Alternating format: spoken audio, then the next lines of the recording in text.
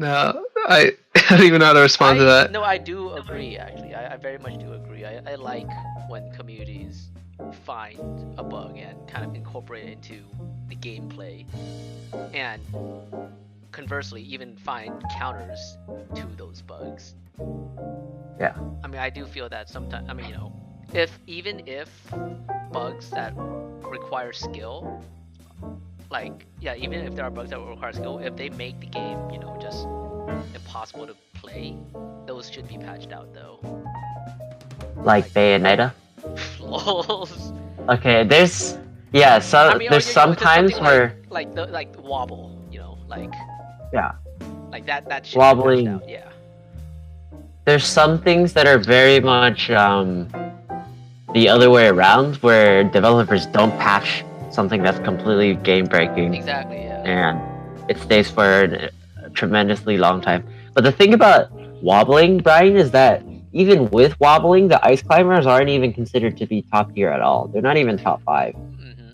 Like, it's an infinite combo that can take you from 0 to death, and it's very frustrating to play against. But somehow that makes this character mid tier from like lowish tier. I mean, wobbling. I think that hits on kind of a core of that conversation, and that's simply who gets to decide what is game breaking enough for the developers to come in and change it. Yeah, it's all, at the end of the day, it's all subjective.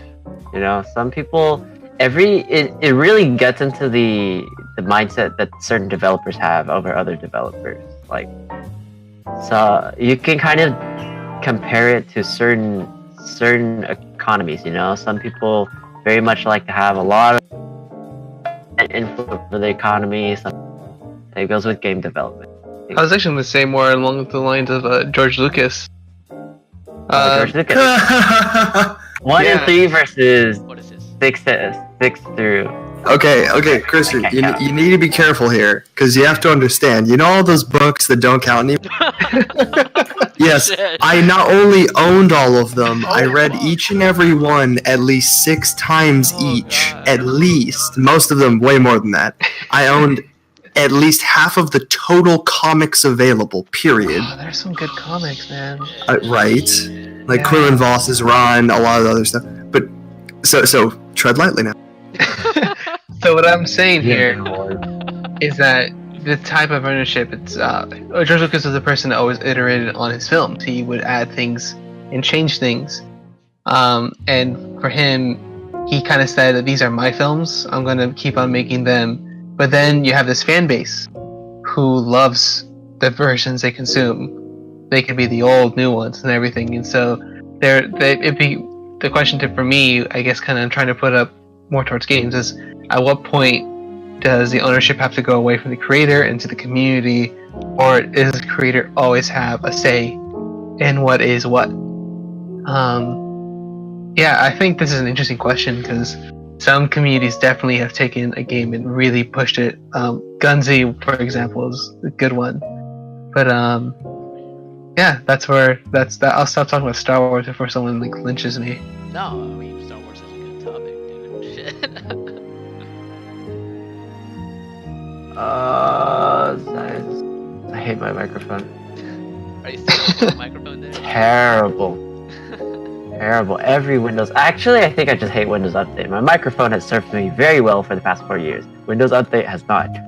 So every single time they update, I can't even notice what they do. So was it one of those like incognito updates, where they just like, hey, we don't update, and you're just like, okay, just do whatever? This was very much a fuck you. I'm gonna put a pop-up right in your face telling you to force restart in 30 minutes kind of thing. And it wasn't even in the corner. It was like a whole separate window. It just popped up. It was almost like a virus. Very reminiscent of a virus. Let me open Windows settings. See if I can. I was gonna say, an interesting topic that J2 actually touched upon, that we were actually planning on discussing earlier, was games being dumbed down. Oh. I think we were mentioning quality of life improvements to make things easier for the player, but does that detract from whether or not that quality of life change takes away the feeling of community for players? Or maybe should taking away that feeling of community be worth? Yeah. I showed Brian and Christian this clip, but I didn't show you this clip. Do you know anything about WoW, Dom? Or like About what? World of Warcraft? Oh, some, yeah. Yeah, I mean, honestly, you don't even need to know anything about WoW, because I don't play WoW either, but this is let me see if I can find the clip. It's right here. It's basically about how one of the players asked if they were going to keep a patch from... He asked the developers if they were going to implement a private server where they would have previous editions of World of Warcraft on those private servers, and then the developer basically said no, because those are times that you don't want to relive, because there were so many problems and bugs that made the game a lot better. And I think the clip itself and the comments speak a lot more than my stupid summary. This is about the WoW re-release that they're coming out with, right? I think this is the DLC that came out that basically revamped like a decent amount of World of Warcraft. I mean, that's most of the expansions. Yeah, that is most of the expansions. But yeah, your point is valid for anything.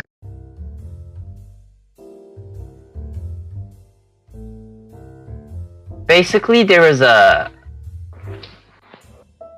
I think the argument here is that the players who didn't like that party button that the developers made. So, if you watch the video, he talks about the party button. I think we lost you there. What are you saying, Justin? Oh wait, this is in regards to WoW Classic, I Proud of believe, it. right? Yeah, that classic kind of stuff where you have to walk to a fucking town to join a dungeon every single time you want to go to a raid. And spam. Cho. I think what Justin's trying to say is someone inside your broadery. Like, that was shit. What? we kind of lost you there for a second. Oh, that's probably my Wi-Fi. But I think from what I remember, what you said was that in the previous editions there wasn't like an instant way to join a raid. You would actually have to walk into town and spam in the chat for the whole server, like to create a group together. You have to tell people, hey, let's get, like, I need people, I need to do this dungeon, help me. But that system, that previous older version, though it may not be immediately user friendly, was helped kind of build that community, because that's how you get to meet people and talk. There was like a plus and minus to it that some people really missed, and how Dom said, is it worth removing that part of the system in favor of something maybe more user friendly? See, and then I think we went on the topic of that possibly just being nostalgia. Because, like, back in the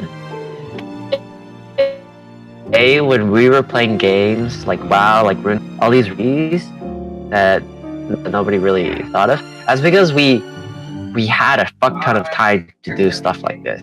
You know, we had time to go from town to town, to participate in raids, and to spam chat and wait for someone for like 1 to 2 hours to get inside a group.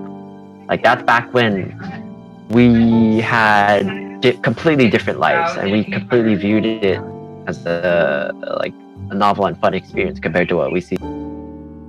Like, we get a little old and jaded as we grow up. I think that's just the fact of life. And when we view a game that's also growing up alongside with us, I think we also view that game with a little bit of salt. Yeah, I don't. Microphone. It's okay. Does anyone have any thoughts on that idea of how a game changing with you may not change for the best, and you kind of miss the older version. Is that just nostalgia, or maybe the system at the time might be better? I'm curious of your thoughts on this, particular note. Which part of it? Like, I mean, as I know, you are a long time gamer. Do you feel like, changes being made for quality of life things are they things that sometimes should be done or should not? Okay, so the first question is, are quality of life changes being made? Just to start with, is it happening? And the answer to that is undoubtedly yes. Across the board, almost in every single genre, in every single part of the industry, that is happening. To the point where certain genres and titles have literally made their name on not doing those things, on not capitulating to that. So it's happening. I take that very much on a case-by-case basis. Like, for Dark Souls, for example, a lot of the things changed for Dark Souls 3 I really, really appreciated. Because they were almost all the things that made Dark Souls 1 annoying for me to play. Whereas something like Assassin's Creed, where you're assassinating people, if it was still in the style of the old game, I would have really preferred to have fewer, helpful ways to assassinate them. No, I need to be stealthy, I need to have this planned out in advance, and that's what it'll take to make this work. I like that. That was part of my mentality, part of what I thought made the game fun. So in that example, I didn't like it. So to me, it's not as simple as one or the other. It depends on what you're looking for from a game. Well, okay. Crap. Okay. I really like the Assassin's Creed answer, because that's exactly how I feel. No, I think that that's a very good way of going about it, specifically because some games do. There's some just glaring issues that are just never addressed, never looked at. I guess we can go back to Destiny and how the narrative of the first Destiny was always tied to Grimoire cards, and that really affected people's experience.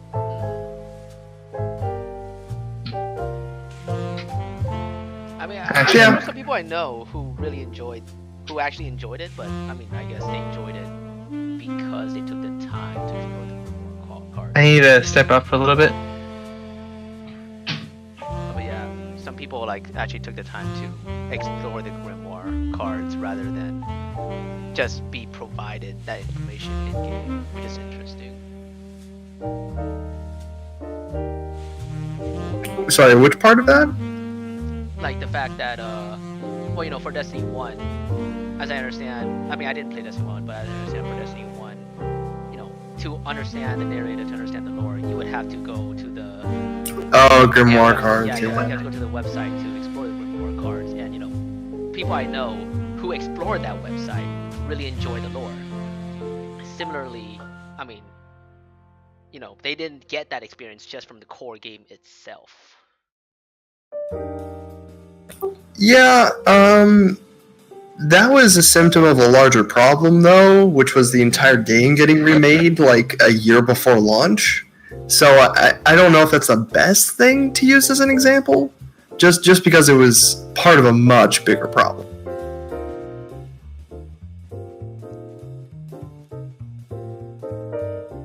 Joe, any thoughts on that? About Joe, are you there? Justin, you're lighting up, but I don't hear anything. Wait, don't hear anything. Nope. Joe. Oh no, crap. We lost two. Huh. That's funny.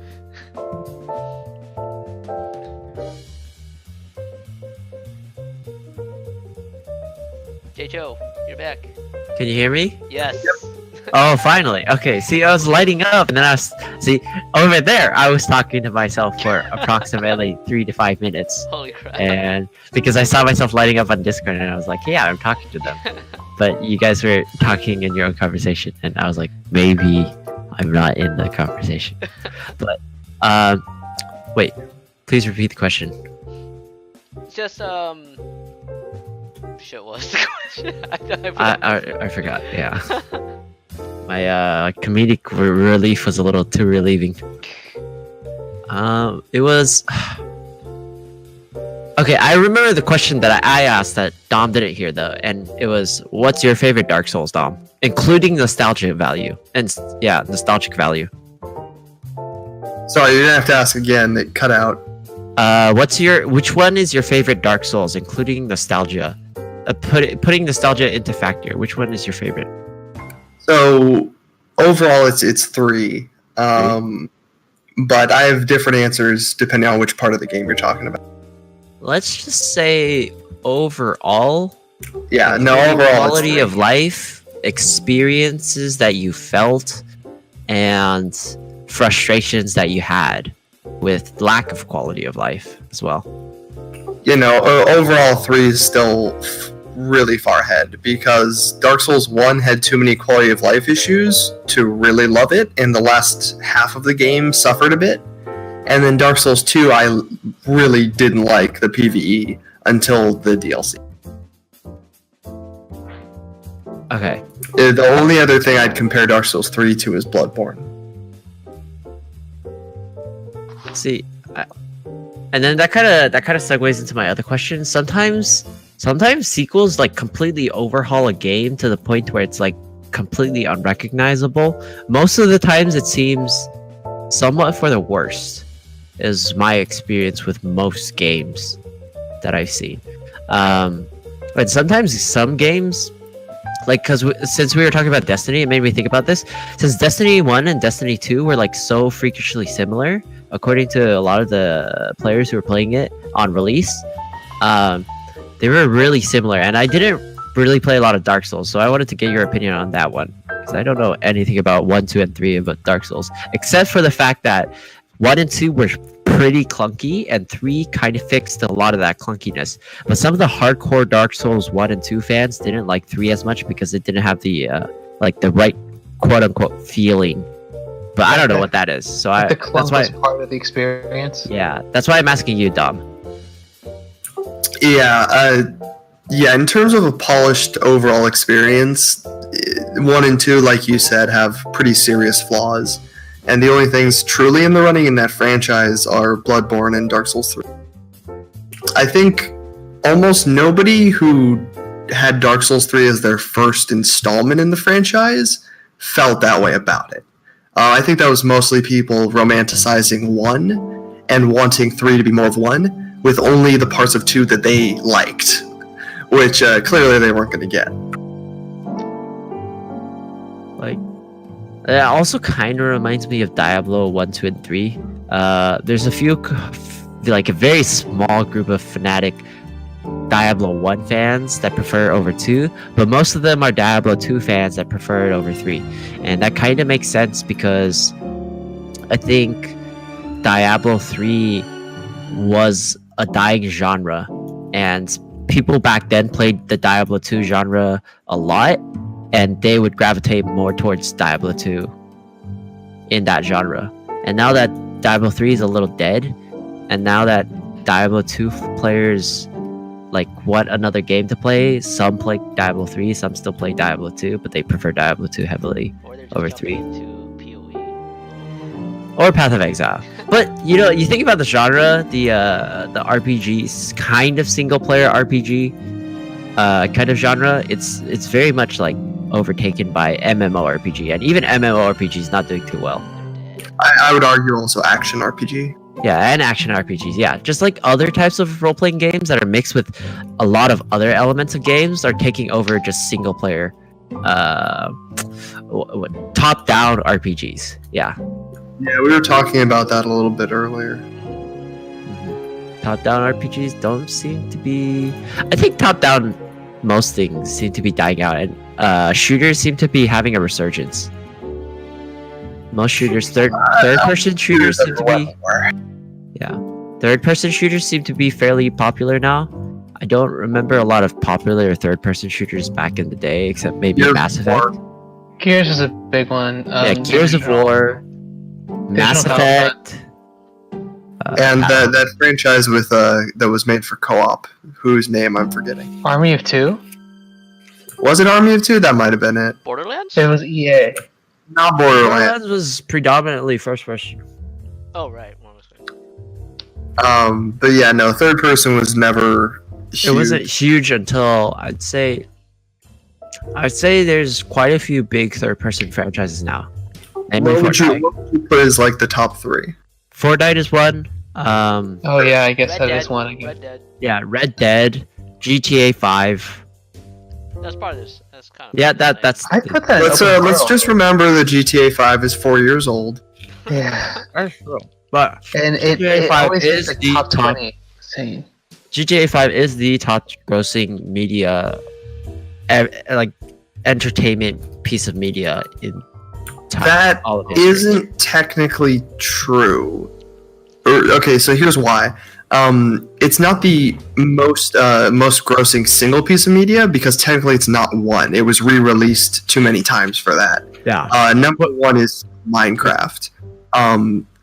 What?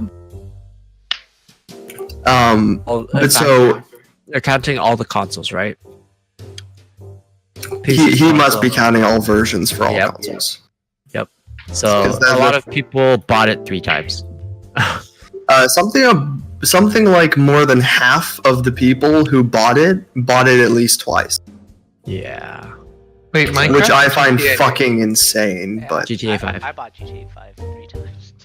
I See, waited what- until it was on a heavy sale, which meant waiting until last year's Christmas sale when it was half off. God, And And I still haven't off. played more than an hour of it. this is a side tangent. Do you think that could happen again? I think that was such a spur of the moment type of game that was released right at the right moment, enough hype, enough size, enough new stuff and new content, and like the re-release. If I was a betting man, they're releasing Red Dead on PC Yes. at least one more time, I and then believe they'll release it on next-gen consoles in 2 or 3 years. I So believe that's that. at least 2 more re-releases. I believe that. And they haven't announced anything for Red Dead 2 on PC, but that's exactly what they did for GTA 5. But that's exactly what builds up the hype. Yep. That's how they Yeah, that- advertise. They don't say anything about I that. love that the argument, the absence of evidence means it's gonna be Yeah, there. it's gonna happen. Exactly. I'm really curious about that. I mean, so Red Dead has not been a PC game, right? Or a series at Nope. all. But GTA 5 also, back in the day, has never. Wait, No, San it was. Andreas. no, San you're right. Andreas San went on Andreas. to, I'm fucking From my bullshitting. understanding, the reason Red Dead was not ported into PC was because the development of the original console versions was really difficult, and people just kind of the team disbanded essentially after the initial release, and so the people knew all the stuff and wanted to make it either to quit or they didn't have the manpower to make the port. Again, if you look into the history of Rockstar, that Red Dead specifically, the first one, was very difficult. People say that was their worst crunch experience. See, Red Dead 2, the crunching that I'm seeing from it as well, following its release, is also very intense. So, I'm guessing they learned from the Red Dead 1 experiences, so it's still better, but the crunch in this is still really intense. We talked a lot about that earlier, and Yeah. one thing that Dom said was there are people that willfully are into crunch. Like, that is their jam, is to put as much of themselves, their lives, into the things they make. Yeah. Which I kind of look at that. Romantically, it sounds nice, but I'm also a person like if you're not balancing your health and your social life, something's gonna be missing. That's gonna hurt people, and I don't like the idea of people who have all this skill in this industry leaving because something breaks. Yeah. Like I don't want, the next future Kojima to not exist because he killed himself making He Red literally Dead. died. Yeah, he literally. Literally, it's just Kojima's a rough example because he destroys budgets. Like Does he he is really? the oh dude. that is. I hear that a lot. Does he? Oh shit. I am not saying I agree with their decision to get rid of him. I think it was the wrong choice. They don't have another like hard hitter like him. But he went way over budget and apparently over deadlines for almost every part of MGS5. Oh. And you can definitely see it in his Death Rising. Yes, but at least Sony knew what they were getting into. Yeah, Sony I think understands. They're just like, and they have the budget for it because they're this giant conglomerate. Yeah, and they've been pushing story-driven single-player games pretty hard. Yeah, that's kind of been their entire experience this genre, Mhm. of this generation. So it Just feels this like year alone, God of War and Spider-Man, two huge God of titles. War, Spider-Man, Last of Us, Last of Us 2 is Horizon Dawn. Horizon Zero Dawn, yeah. Horizon Dawn was a little smaller and slightly more off the grid, but it still made a big splash. I'm really happy that the show is as big as it was, because Guerrilla, if you played their Killzone games, they were very good. I thought they were very good, but they never got the audience I feel like they deserved. Yeah, they were flawed masterpieces that were kind of, like, unfairly, in my opinion, attacked just for looking good. And I think they nailed it with Horizon being both good to play and good to look at. Right. AAA games, I think, in general, have given good-looking games a bad rep, especially American AAA games. If you think about big conglomerate multiplayer games, they kind of lack a little bit of substance, but they look damn beautiful.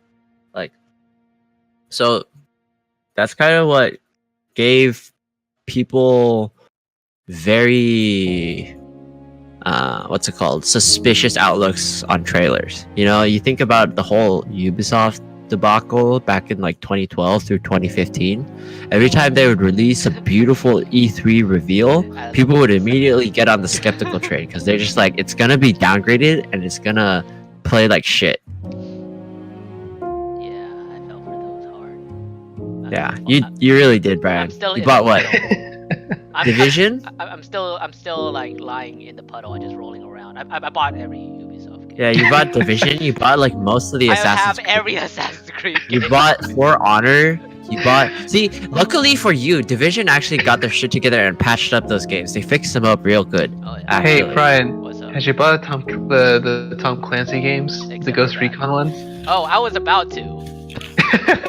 Except I found out that the helicopter and vehicle controls were absolute garbage. They were so bad. Like GTA 4 garbage? No, or like... no. GTA 4 does their vehicles well. Like that's my standard. Like Oh, this was. So- Oh. is that why Brian can't drive in real life? I can. Hey, My I standard will always be the Warthog from Halo. Oh yeah, Halo 1 Warthog. Exactly. Halo. And like this Those was are worse amazing. than like the ghosts from Halo. Like this was I love like the Ghost. their vehicle handling was god awful. And what? Halo 1? No, for Ghost Recon Wildlands. Oh yeah.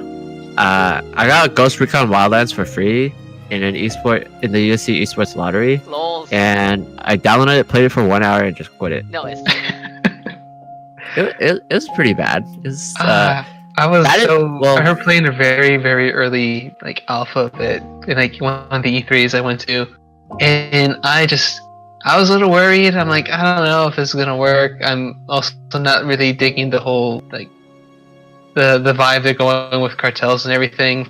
That might be just me personal stuff, and it seems like it was a success though. People still enjoyed the game.